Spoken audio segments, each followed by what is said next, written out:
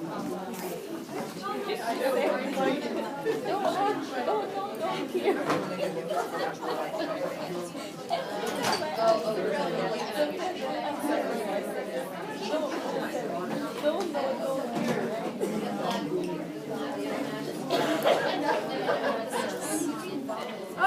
let's go ahead and get started.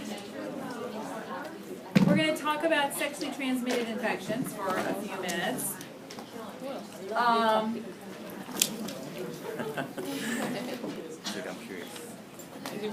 One of the reasons that this material is here and not someplace else is because pregnancy does, well, basically, an individual who has an STI, if they're pregnant, is not only potentially infecting themselves and affecting their own health, but potentially affecting the health of the fetus.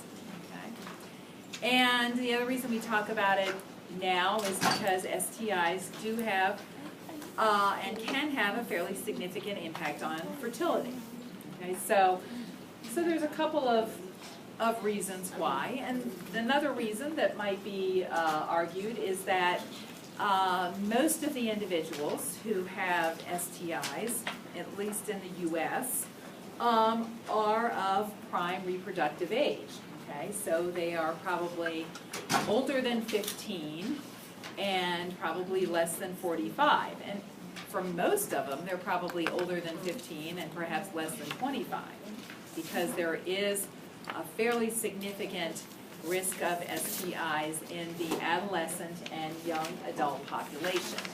And that may also be the population that might be at risk for pregnancy as well. And by that I mean perhaps unplanned or, unprotected sex, leading you not only to an STI but potentially a pregnancy. So what you see up here, just to kind of start off, and I know that it's very, very small print, but it's kind of to illustrate, the CDC identifies notifiable illnesses or diseases, and they basically do that on a yearly by yearly basis. A lot of the diseases stay on the list and don't go off of it, but as new things are identified, new things may join the list. As something might be eradicated, which is rare but can happen, then something may leave the list.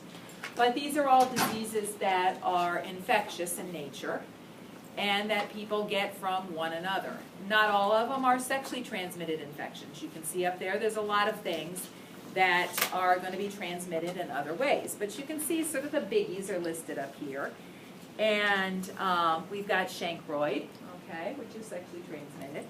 We've got chlamydia, which is certainly sexually transmitted. It is probably either number one of the STIs in the U.S. or number two, because it kind of flip-flops with gonorrhea for that distinction. It's probably right now number one. We've got gonorrhea down here, okay, another biggie. HIV, okay. We've got syphilis, and we've got congenital syphilis, which would be syphilis in a newborn. Syphilis is passed from a mom to a fetus.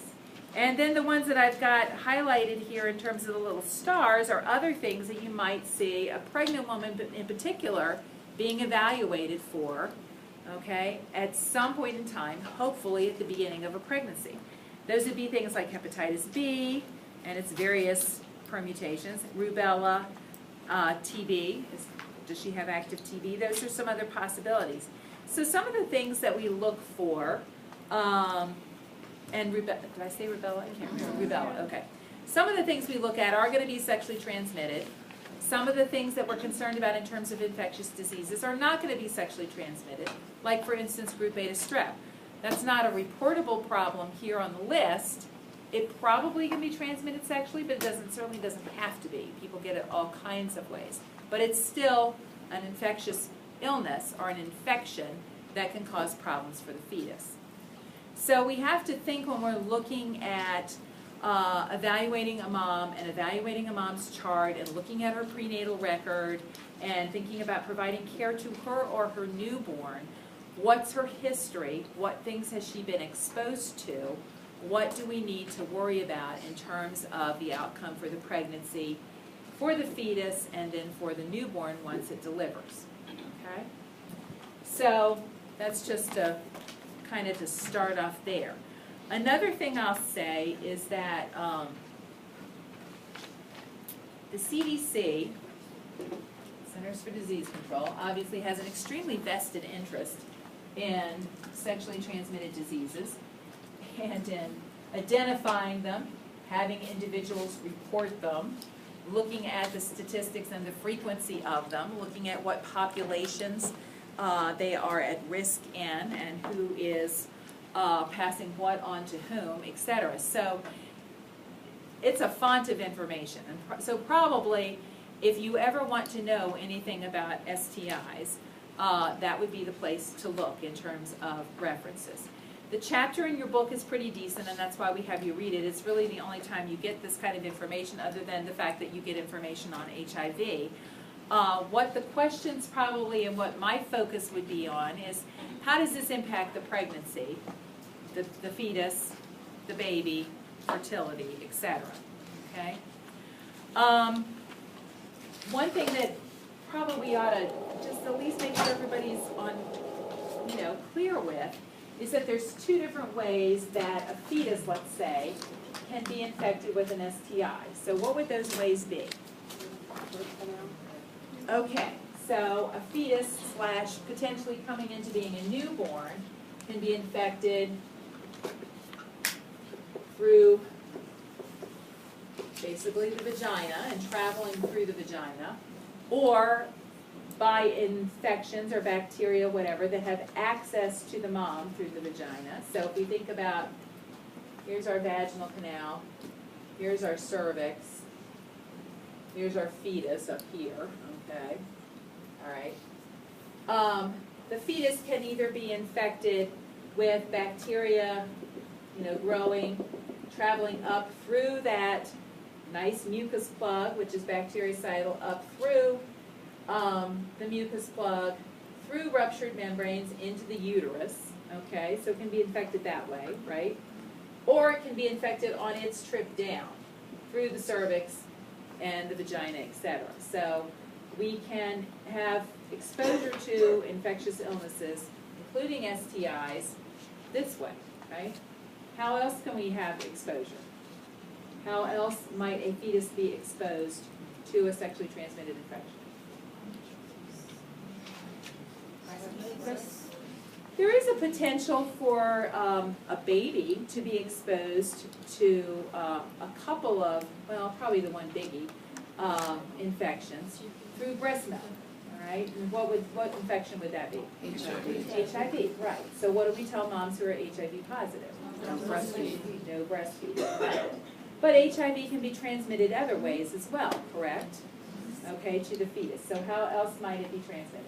Through blood. Through the placenta, right, okay. So when we think about other ways of exposure, we've got this placenta here, all right, here's our baby. Okay, here's the uterus, here's the placenta, all right.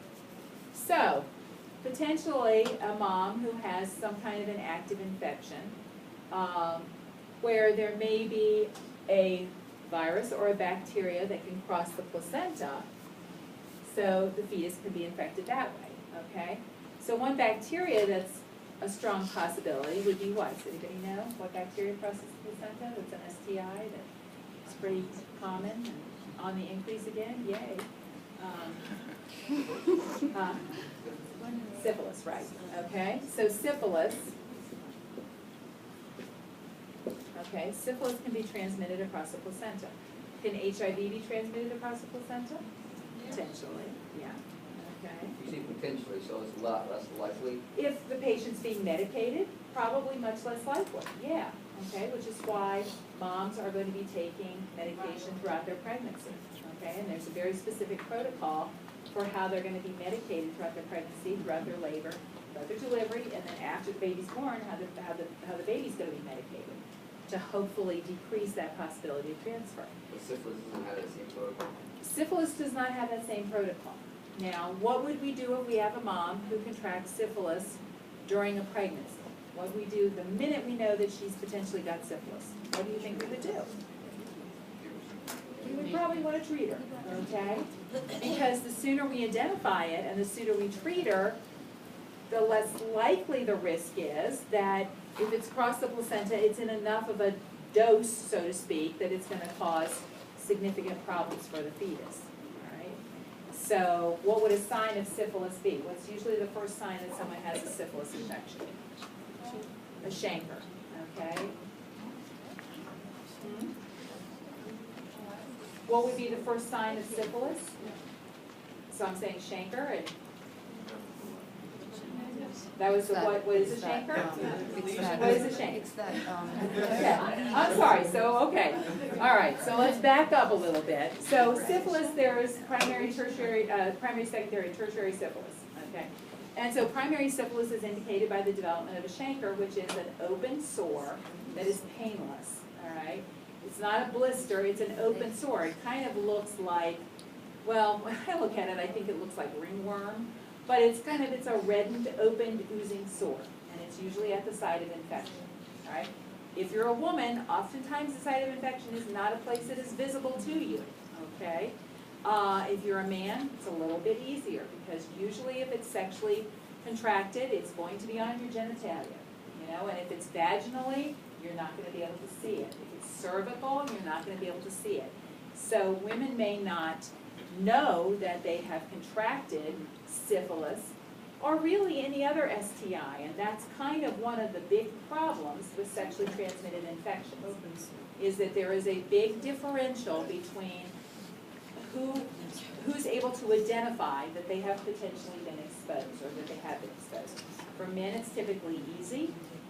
There's usually symptoms like drainage or pus or oozing or itching or pain on urination or burning or a chancre or the development of warts or condylomatas or whatever, okay?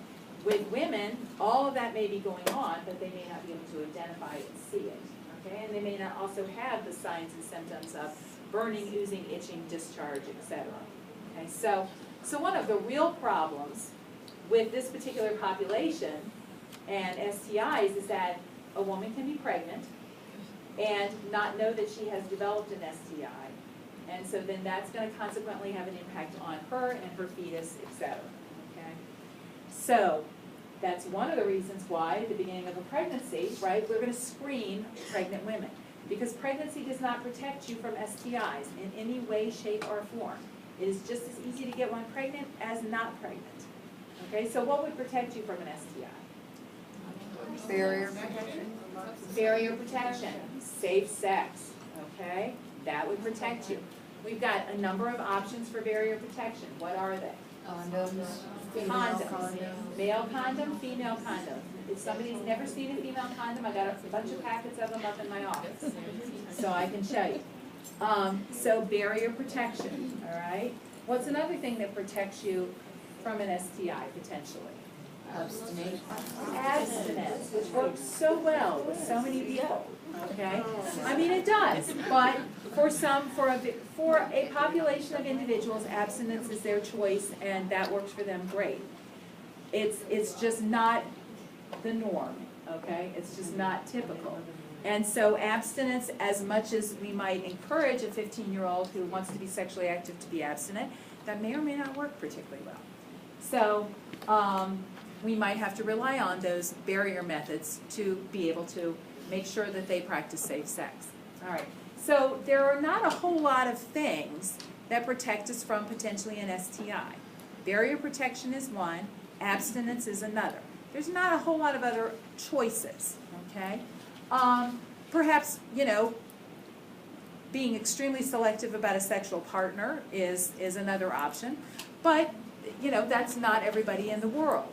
So there's a reason why sexually transmitted infections are so common. It's because, you know, to avoid them means making some hard choices and making some lifestyle choices or changes that a lot of people just don't really want to do or want to make, or, and I'm not passing judgment, I'm just saying that they're very frequent, and there's a reason they're frequent. It is easier to get them than to avoid them, basically, okay?